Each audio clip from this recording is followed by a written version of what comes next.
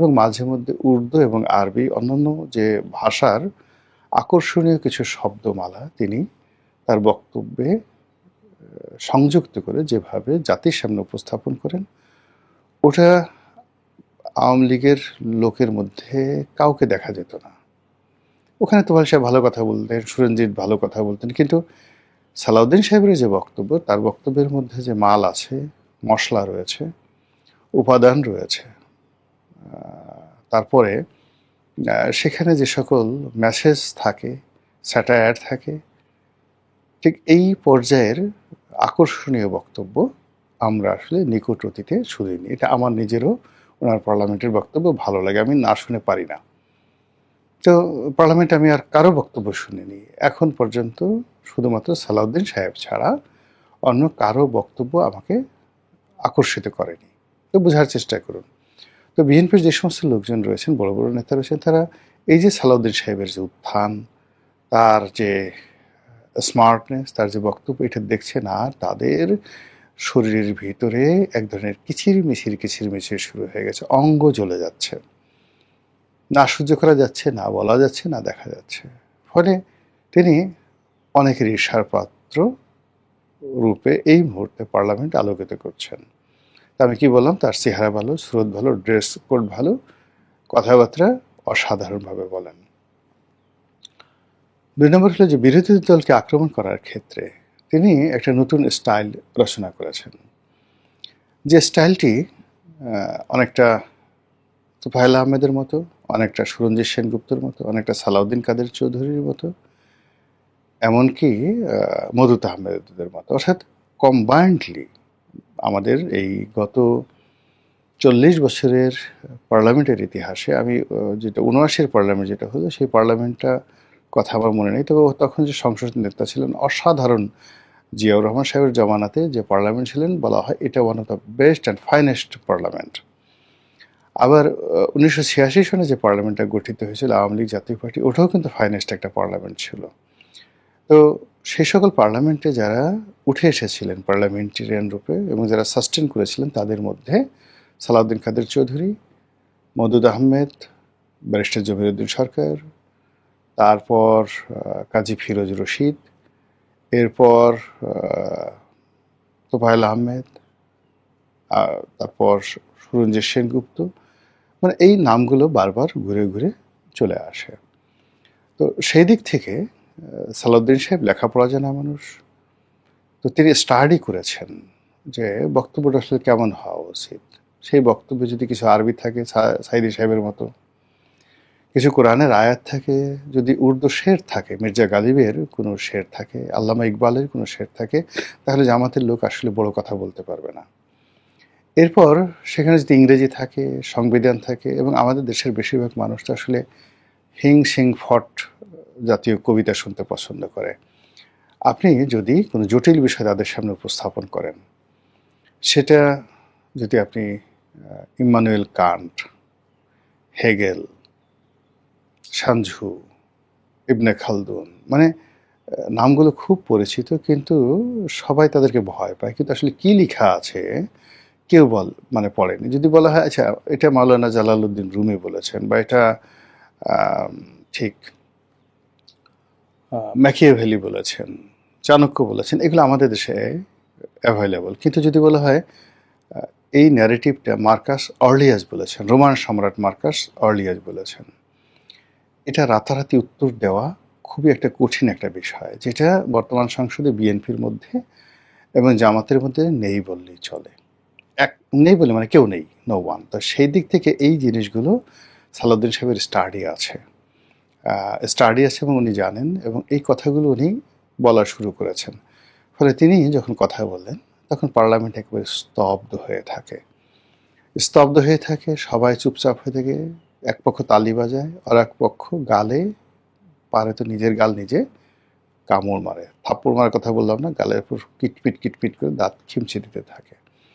তো সেই দিক থেকে তার যে এই যে কর্মকাণ্ড, এটা আপনি প্রশংসা করবেন না কি করবেন সেটা আপনার ব্যক্তিগত বিষয়, বাট বর্তমান প্রেক্ষাপটে পার্লামেন্টের যে যোগ্যতা, পার্লামেন্টের যে নূর আলো, অন্যান্য মেম্বার অফ পার্লামেন্টের যে অ্যাক্টিভিটিস, তার থেকে আসলে উনি একেবারে ব্যতিক্রম।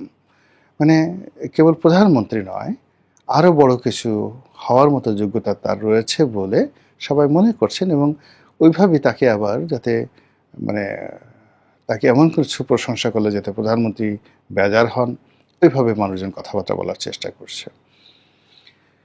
দ্বিতীয়ত যে বিষয়টি হলো যে নেতিবাচক যে বিষয়, সেই নেতিবাচক বিষয় সঙ্গত কারণেই ভারতের সঙ্গে তার একটা সম্পর্ক, সেই সম্পর্ক নিয়ে কানাঘুষা হয়।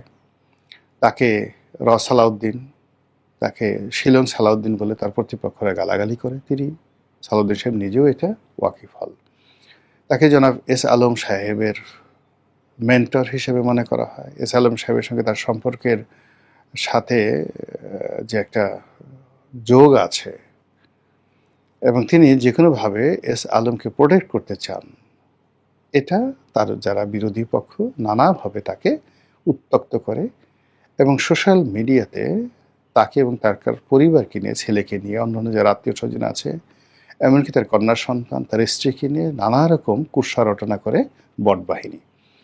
এই জন্য তিনি বিরক্ত, এবং এই বটবাহিনীর বিরুদ্ধে ব্যবস্থা নেওয়ার জন্য তিনি ইতিমধ্যেই কঠোর পদক্ষেপ নেবেন, নতুন আইন তৈরি করবেন, সাইবার সিকিউরিটি ল, এটি নিয়ে তিনি ভয় দেখাচ্ছেন। আর যেটি বাস্তব সেটি হলো, এত সব কাজকর্ম করতে গিয়ে তিনি দল সামাল দিচ্ছেন, প্রধানমন্ত্রীর মেন্টর হিসেবে তার কি করা উচিত সেই বিষয়গুলো বুদ্ধি দিচ্ছেন। এমনকি যেমন ধরুন নুরু, রাশেদ, জুনায়েদ সাকি, তারপর মানে এই বাইরে থেকে যারা মন্ত্রী হয়েছেন এবং বিএনপির সঙ্গে যাদের সংযোগ ঘটেছে, এই পুরো সংযোগটাই আসলে জনাব শতভাগ সালাউদ্দিন সাহেবের মানে মেন্টরশিপে হয়েছে। তো কাজেই গণ অধিকার পরিষদের নুরুর, বা নুরুর একসময় সেক্রেটারি রাশেদের, কিংবা জুনায়েদ সাকির, শাহাদত হোসেন সেলিম, যিনি বিএনপিতে যোগদান করেছেন নিজের দল এলডিপি বন্ধ করে, তারা ইত্যাদি সহ নাহিদ, সার্জিস, এদের সাথে যে সম্পর্ক, বিএনপির যে সম্পর্ক, এই টোটাল পলিটিক্যাল বিষয়টা আসলে ইচ্ছাই হোক, অনিচ্ছাই হোক, কারণে হোক, অকারণে হোক, গত 2 বছর যাবৎ সালাউদ্দিন সাহেব ডিল করছেন। এর আগে ভারত থেকে তিনি এই বিষয়গুলো ডিল করেছেন, আর এখনও তিনি এই বিষয়গুলো ডিল করেন। যেমন ধরেন প্রধানমন্ত্রীর সঙ্গে কারো একটা সরাসরি বৈঠক করা দরকার, এই রাজনৈতিক অঙ্গনের লোকজন তারা কিন্তু দৌড়ে সালাউদ্দিন সাহেবের কাছে যান। তো সালাউদ্দিন সাহেব আবার সেটা টেলিফোন করে প্রধানমন্ত্রীর সঙ্গে তার বসার ব্যবস্থা করে দেন, ইত্যাদি ইত্যাদি নানা ঘটনা আসলে তাকে ব্যস্ত থাকতে হয়। আর যেহেতু তার একটা স্বপ্ন, মানে যে কোনো সময় হয় কি, মানুষের মধ্যে সেলিব্রিটি হওয়ার যে স্বপ্ন, এবং কেউ যদি কোনো কারণে সেলিব্রিটি হয়ে যায়, তা রক্ষা করার জন্য মানুষ ঘর ছাড়ে, সংসার ছাড়ে, প্রেম, প্রীতি, ভালোবাসা সব কিছু ছেড়ে দেয়।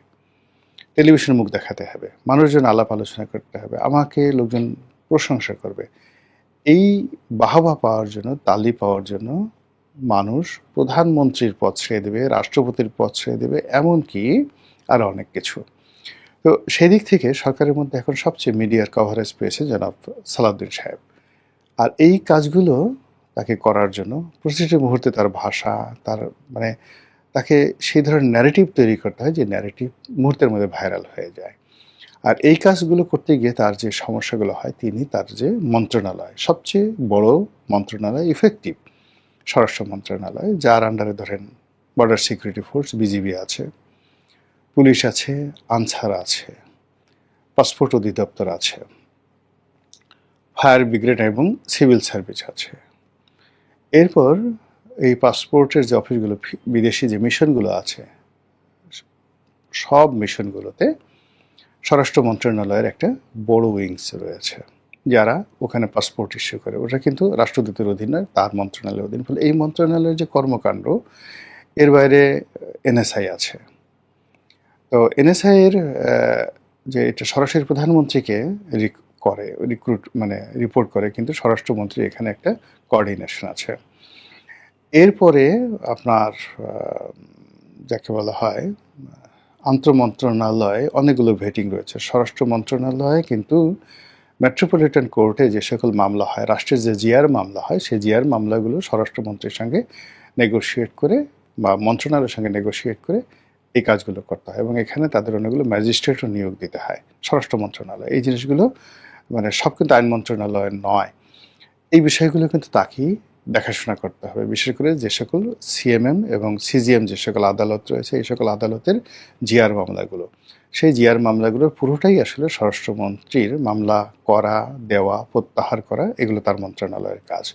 বিশাল একটা দায়-দায়িত্ব রয়েছে। যদিও এগুলো আইন মন্ত্রণালয় অনেকটা করে, কিন্তু ভেটিংটা থাকতে হয়। আইন মন্ত্রণালয় শুধু ভেটিংটা দেয়, মতামতটা দেয়, কিন্তু কাজটা করতে হয় স্বরাষ্ট্র মন্ত্রণালয়কে। এবং এই জন্য তাকে জেলা প্রশাসকের সঙ্গে সমন্বয় রাখতে হয়। প্রত্যেকটা জেলা পরিষদ, থানা তো উপজেলা পর্যায়ে সবই আছে। It's a huge job. এটা আনবিলিভেবল। এই মন্ত্রণালয়ের দায়িত্ব এই মুহূর্তে বাংলাদেশে সবচেয়ে বেশি। তো সেই বেশি কাজটি তিনি আসলে করতে পারছেন না। এর মধ্যে আবার র্যাব তো আছেই।